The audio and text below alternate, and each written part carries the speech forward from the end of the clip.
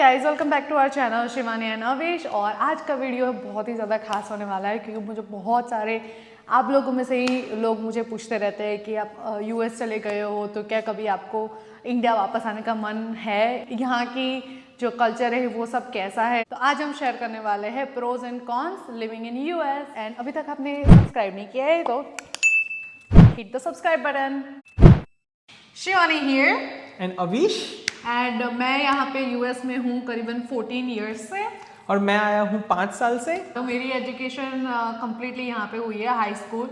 So after 9th high school मैंने यहाँ से की और कॉलेज मैंने यहाँ से की। अभी मैं जॉब कर रही हूँ। और मैं आया था यहाँ पे वर्क करके 5 साल बेंगलोर में काम किया मैं गुजरात से हूँ।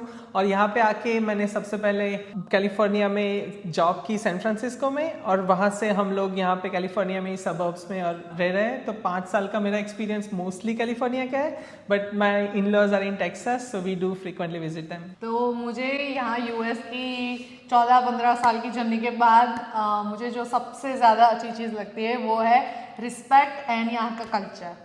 क्योंकि आप कहीं पे भी जाओ मैनर्स और रिस्पेक्ट आपको हर जगह मिलेगा। ऐसा नहीं है कि आप क्लीनिंग कर रहे हो या फिर बड़ी कंपनी में सीईओ हो तो दोनों को बराबर इक्वली रिस्पेक्ट एंड मैनर्स वो लोग शो करते हैं आपके साइड पे। एंड दूसरी है कल्चर। आप अपने देश से अपनी कंट्री से बाहर जाओगे तो आपको बहुत सारे ऐसे कल्चर्स दिखने को मिलेंगे। जैसे यूएस में बहुत सारे डिफरेंट टाइप के कल्चर्स हैं जो मैंने कभी भी इंडिया में नहीं देखे थे स्पेशली, तो दैट्स अ प्लस पॉइंट। या डेफिनेटली, मतलब India itself has so many cultures and variations, but अब जब बाहर जाते हो तो Chinese, Japanese, like you guys meet everyone here, stay with American and like ऐसा नहीं होता है हम जैसे कि उन लोगों ने हमारी मेंटालिटी बना दी थी है कि स्लम डॉग मिलियनर मतलब इंडिया ऐसा होगा। वैसे हम लोगों ने भी मतलब बहुत सारी मान्यता बना दी कि अमेरिकन में ऐसा ही होता होगा। लेकिन हम जब मिलते हैं पता चलता है, सबसे सीखते हैं कि क्यों ऐसा करते हैं, क्या है उनमें, कि क्या डिफरेंसेस हैं। तो बहुत कुछ अपना जानने को मिलता है, एक्सपोजर मिलता है उससे। या डेफिनेटली। अच्छा, मतलब तूने ये प्रोज सबसे पहले सिलेक्ट किया तो मैं तुझे पूछना चाहूँगा कि तुझे ऐसा क्यों लगा कि इक्वालिटी है। कोई ऐसा इंसिडेंट तू शेयर करना चाहेगी? मेरे साथ ऐसा इंसिडेंट नहीं हुआ पर मैंने देखा है। आप कहीं पे भी आप अपने घर से यहाँ पे बाहर जाओगे कहीं पे भी, इवन जस्ट लोकल रेस्टोरेंट आप ले लो, छोटा सा छोटा रेस्टोरेंट, अगर कोई भी बड़ा जो सूट वूट पहन के सीईओ आता है या मैनेजर होता है वो आपके लिए वो डोर पकड़ के रखता है जब आप उस रेस्टोरेंट से बाहर निकलते हो। तो that is a big thing guys. और इंडिया में ऐसा कभी भी नहीं होता। लोग आगे चले जाते हैं, लोग आ रहे हैं पीछे, पर कोई भी ऐसे डोर पकड़ के खड़ा नहीं रहता। तो या that is the difference. But अभी इंडिया में भी सुधार हो रहा है तो इट्स स्टिल डेवलपिंग। बट यहाँ पे ऑलरेडी है वो कल्चर, मैनर्स और रिस्पेक्ट आपके लिए। तो या मतलब जब इंडिया में भी देखा है कि हमारी जो जनरेशन है वो जो जब एजुकेशन ज़्यादा हो जाता है और जब हमें भी ऐसा देखता है, एक्सपोजर ज़्यादा मिलता है, तो we are also learning, we are also growing. तो इंडिया में सभी जगह का हमारा पर्सपेक्टिव ऐसा नहीं है, बट हमने जो देखा है ग्रोइंग अप इंडिया में कि मोस्ट ऑफ द पार्ट्स में ऐसा होता है, तो हमारा पर्सपेक्टिव है। और कोई कॉन्स बताना चाहेगी प्रोस के साथ तू? तो मेरा पहला कॉन्स है, यहाँ पे पब्लिक ट्रांसपोर्टेशन बहुत ही ज़्यादा कम है गाइस। अगर आप बड़ी सी सिटी में रहते हो, डाउनटाउन स्पेशली जो बोला जाता है, उधर ही आपको पब्लिक ट्रांसपोर्ट देखने को मिलेगा, जैसे कि बस हो गई, ट्रेन, ये सब। पर आप उस जगह से थोड़ा सा दूर चले जाओगे, 1 माइल 2 माइल 3 माइल, तो आपको वहाँ पे कुछ भी नहीं मिलेगा एज अ पब्लिक ट्रांसपोर्ट। बहुत मतलब होता है पर बहुत लाइक रेयरली होता है। आप आधे घंटे के रास्ते के लिए आपको 1-2 आवर्स बस में बैठ के जाना पड़ता है और बहुत ही कम फ्रिक्वेंसी भी होती है। तो मोस्टली यहाँ पे लाइक 99% टाइम लोग कार डिपेंडेंट है। जैसे कि इंडिया में नहीं है ऑब्वियसली। इंडिया में अगर कार नहीं हो, कुछ भी नहीं हो, फिर भी बस की फ्रिक्वेंसी, ट्रेन की फ्रिक्वेंसी बहुत ही ज़्यादा है और लोग वो प्रीफर करते हैं पब्लिक ट्रांसपोर्टेशन। ट्रू, मतलब उबर और वो सब यहाँ पे भी है लेकिन बहुत एक्सपेंसिव है। मतलब यहाँ से हम 5 माइल्स अराउंड एयरपोर्ट जाना है हमें, फिर भी वो चार्ज करता है। जैसे कि अभी नॉर्मली हम देख रहे थे $60। It's like for 5 miles you are charging $60। It's like too much cost compare to like public transportation. और पब्लिक ट्रांसपोर्ट अगर ले भी लिया तो भी आप एंड टू एंड नहीं जा पाओगे। तो यहाँ car dependent for sure, but उसके बेनिफिट्स भी है। रोड्स अच्छे हैं यहाँ पे, क्लीनलीनेस? रोड बहुत ही ज़्यादा स्मूथ है गाइस, जैसे मक्खन की तरह आपकी कार ड्राइव करोगे आप। अगर 4 घंटे भी 8 घंटे भी आपको कार ड्राइव करनी पड़ी तो you will not get tired of it, क्योंकि रोड ही बहुत ही ज़्यादा स्मूथ है। तो और खड्डा नहीं है, कुछ भी नहीं है, तो you know it just goes really smooth. तो उससे मुझे ये टॉपिक याद आता है कि इंफ्रास्ट्रक्चर बहुत अच्छा है यहाँ का, मतलब एवरीथिंग जस्ट वर्क्स।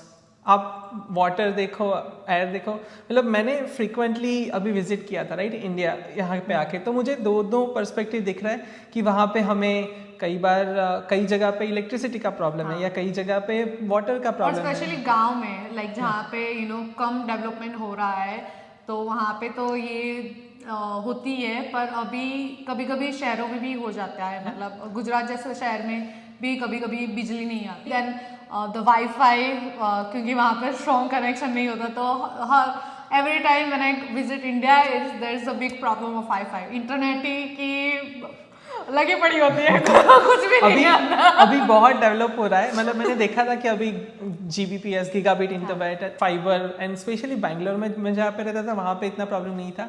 और स्पेशली अभी जैसे मैं बता रहा हूँ कि नॉर्मल प्रॉब्लम मतलब कि वाटर का, जैसे कि मैं जहाँ पे रह रहा हूँ वहाँ पे वाटर 2 घंटे आएगा, 3 घंटे आएगा, बड़े फ्लाइट्स में वहाँ पे ऊपर टंकी होगी वो भरेंगे बाहर से। टाइम लिमिटेड हो जाता है कि उसी टाइम पे आपको यू नो उठ के मॉर्निंग में या कभी भी शाम को, तो उसी टाइम पे आपको घर पे रह के वो सब फिलअप करना पड़ता है, आपकी बाल्टियाँ जो भी है। तो वो वैसा यहाँ पे नहीं है, यहाँ पे 24 hours hot water cold water दोनों आते हैं। और मैंने यहाँ पे 14-15 साल के बाद भी शायद 1 या 2 ही बार लाइट गई हुई है, और वो भी आई थिंक स्टॉर्म या ऐसे कुछ आया था, और वो भी एक दिन के लिए ही गई थी। That was a big storm. तो या पर उसके अलावा कभी भी 5 मिनट्स के लिए भी नहीं गई हुआ है।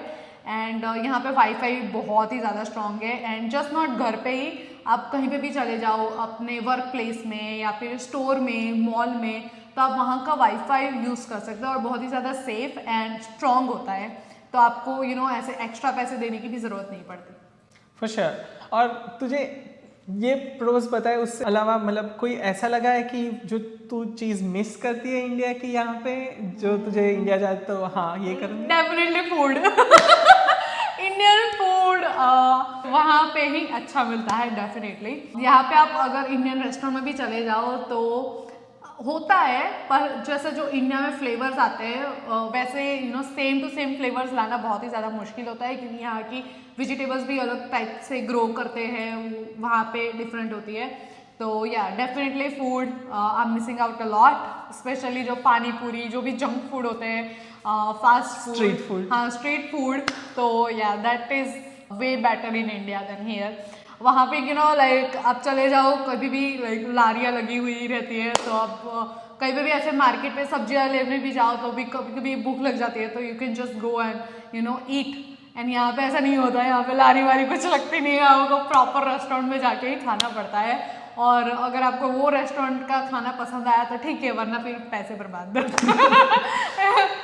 और यहाँ पे एक बात जो रेस्टोरेंट का खाना वो भी बताया कि अब आप जाओगे तो थोड़ा शौक भी लगेगा। रेस्टोरेंट्स में जाओगे तो आपको मिनिमम जो भी आप देखोगे कि हाँ मुझे ये लेना है, ये लेना है, उस पर टिप देनी ही देनी है। यहाँ पे टिप कल्चर बहुत है, और ऐसे नहीं है कि इंडिया में नहीं देते थे, लेकिन यहाँ पे मिनिमम अगर खाना अच्छा नहीं लगा तो 15%, बाकी 30% they are expecting the tip, और टिप से चलता है सब कुछ। और यहाँ पे रेस्टोरेंट की जैसा दूसरा भी जो पार्ट शिवानी ने बताया कि छोटी छोटी कोई शॉप्स नहीं है हमारे जैसी। मतलब हम इंडिया में थे तो हम लोग milk shake, juice, healthy juices सुबह के बना के वो हमें देते थे, तुरंत निकाल के वो खाने चले जाते थे।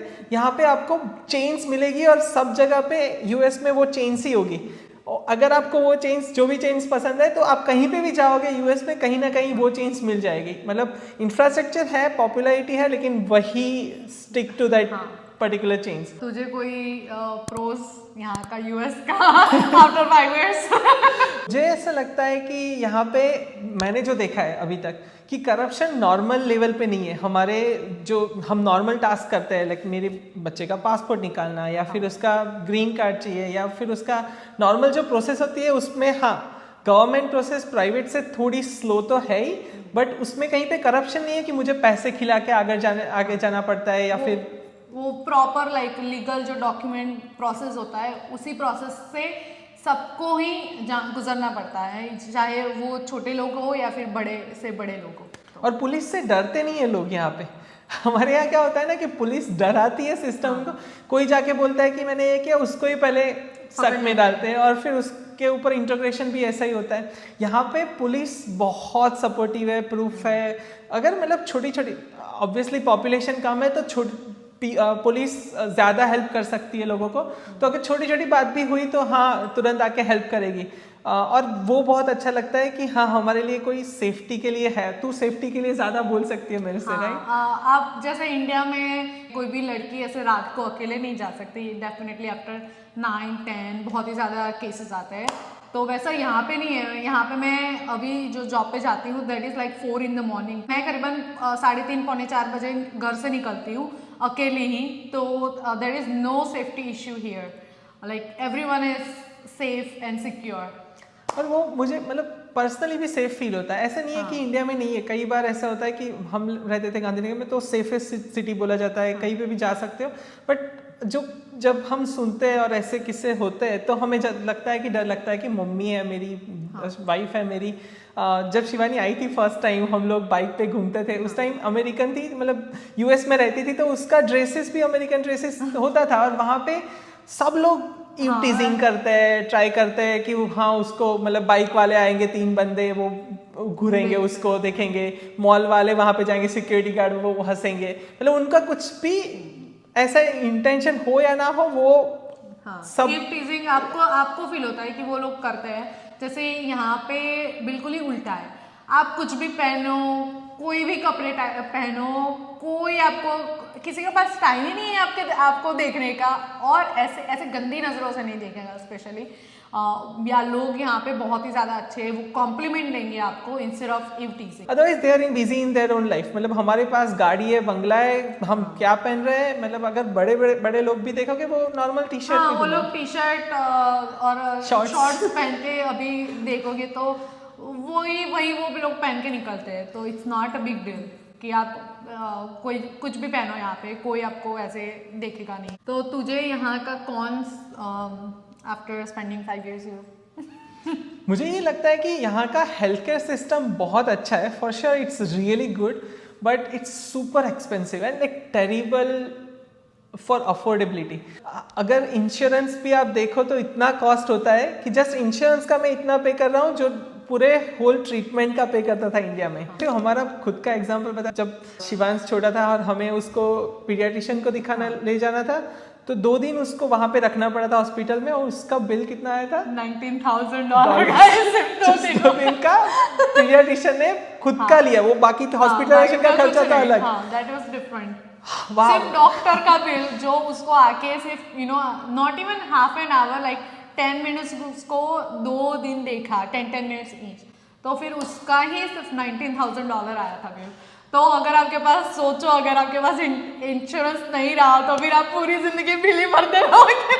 हाँ, मतलब ये 90,000 हमें पे नहीं करने पड़े थे, लकीली वी हैड इंश्योरेंस और वो कॉस्ट कम हो जाती थी, बट स्टिल। और उसके साथ अच्छा भी है हेल्थ केयर का फैक्टर कि इंश्योरेंस में आप मैक्सिमम जैसे कि डिसाइड किया है कि हाँ ये आपका मैक्स है आउट ऑफ पॉकेट, तो उससे ज़्यादा कुछ नहीं देना है। जैसे कि मैं पे इंडिया में पे करना होता है, तो ऐसा होता है कि हाँ आप इंश्योरेंस जितने का लो तो वो 5, 10, 15, 30 लाख, 1 करोड़ जितना भी आपने इंश्योरेंस लिया है उससे ऊपर का आपको ही पे करना पड़ेगा। यहाँ पे ऐसे नहीं है, लोएस्ट बजट आप डिसाइड करो कि मैं कंफर्टेबल हूँ से 5 लाख तक, तो 5 लाख तक वो नहीं देंगे, 5 लाख के ऊपर कोई भी, हाँ 5 लाख के ऊपर कोई भी एक्सपेंस होगा वो लोग देंगे। मतलब अगर आपका खर्चा 50 लाख भी हो गया, 5 लाख के ऊपर इंश्योरेंस कंपनी देगी। फिर भी आपको सिर्फ 5 ही लाख देने हैं, बाकी के जो 45 लाख है वो इंश्योरेंस कंपनी देगी। प्लस यहाँ पे इंश्योरेंस एक्सपेंसिव है, पर उसके साथ आपको फैसिलिटीज भी इतनी अच्छी और बहुत ही मतलब बढ़िया देते हैं, नो डाउट।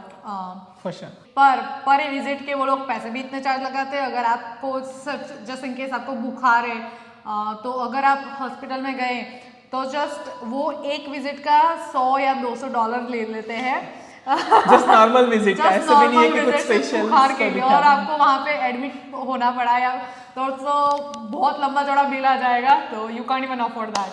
सो या इंश्योरेंस होगा तो इट्स बेटर, अदरवाइज या अगर आप विजिट कर रहे हो, वी रिकमेंड प्लीज हाँ, take an insurance, visitors insurance for sure. हाँ. प्लस मैं कौन में बताना चाहूंगी, जो ब्यूटी पार्लर का खर्चा है that is two way too much. जैसे इंश्योरेंस का हुआ, मतलब हेल्थ केयर का हुआ, वैसे ही ब्यूटी पार्लर आप अगर चलो कुछ भी ले लो, वैक्सिंग या हेयर कटिंग ले लो, तो यहाँ पे कम से कम is like 50 to 60 bucks guys. और वो मतलब आप तो फिर सोचोगे मैं क्यों हेयर कट कराऊं फिर वैक्सिंग हो गया, कुछ आईब्रोज हो गया, चेन हो गया, कुछ भी आपको छोटा से अभी करवाना है तो उसका मिनिमम कॉस्ट इतना ज्यादा होता है कि मतलब यहाँ पे ऐसे ही बोल रहे हैं कि ब्यूटी पार्लर, जब इंडिया में जो लोग जाते हैं मैं ब्यूटी पार्लर का वहां पे करके आऊंगी, ये मैं करके खुद वैसा करती हूँ. मैं जब भी इंडिया आती हूँ फुल जो भी लगता है हेयर कटिंग वो सब मैं इंडिया से ही करवा के वापस आती हूँ.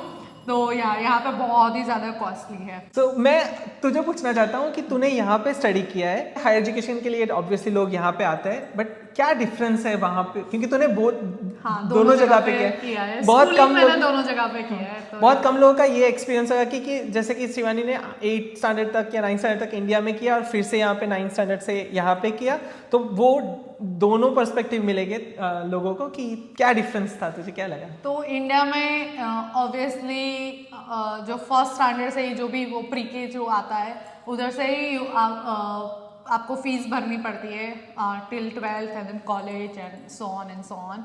और यहाँ पे ऐसा नहीं है. यहाँ पे जो प्री के से लेके 12th स्टैंडर्ड तक पूरी की पूरी एजुकेशन इज कम्प्लीटली फ्री. वो उसका खर्चा गवर्नमेंट उठाती है, तो आपको कुछ भी पे करने की ज़रूरत नहीं होती टिल 12th स्टैंडर्ड. 12th के बाद आपको अगर कॉलेज जाना है तो दैट इज़ ऑन यू. पर कॉलेज का खर्चा बहुत ज़्यादा है, पर हाँ आपको उसके सामने फर्स्ट से प्री के से आपको 12th तक फ्री एजुकेशन मिल रही है, तो that is the best thing. और मतलब तुझे एजुकेशन में ऐसा कुछ अलग लगा कि वहाँ पे पढ़ाते थे, यहाँ पे कुछ डिफरेंस था? नो, यहाँ पे ऐसे एक क्लास में इंडिया के कंपैरिजन में स्टूडेंट्स कम और टीचर्स ज़्यादा रहते हैं. मतलब कभी कभी एक टीचर हो गया और उनको अगर काउंसलर को अगर ज़रूरत पड़ी कि हाँ ये क्लास इतना अच्छा नहीं कर रहा है, तो वो लोग दूसरा एक टीचर भी रख देते हैं. तो एक क्लास में कम स्टूडेंट के साथ लाइक अराउंड 40 या 30 स्टूडेंट्स के साथ 2 टीचर्स होते हैं, तो कि वो लोग स्टूडेंट्स पे ज़्यादा से ज़्यादा ध्यान रख सकते हैं और उनको टीचिंग कराने में हेल्प कर सकते हैं. जैसे कि इंडिया में करीबन 70-80 स्टूडेंट्स होते हैं और एक ही टीचर होता है, तो या तो यहाँ पे it's way better guys. So population wise it's a difference. Even just not population but वो लोग ऐसे ही रखते हैं क्योंकि वो लोग चाहते हैं कि यहाँ के लोग आगे हायर एजुकेशन के लिए इंकरेज हो, तो दैट इज़ वाई.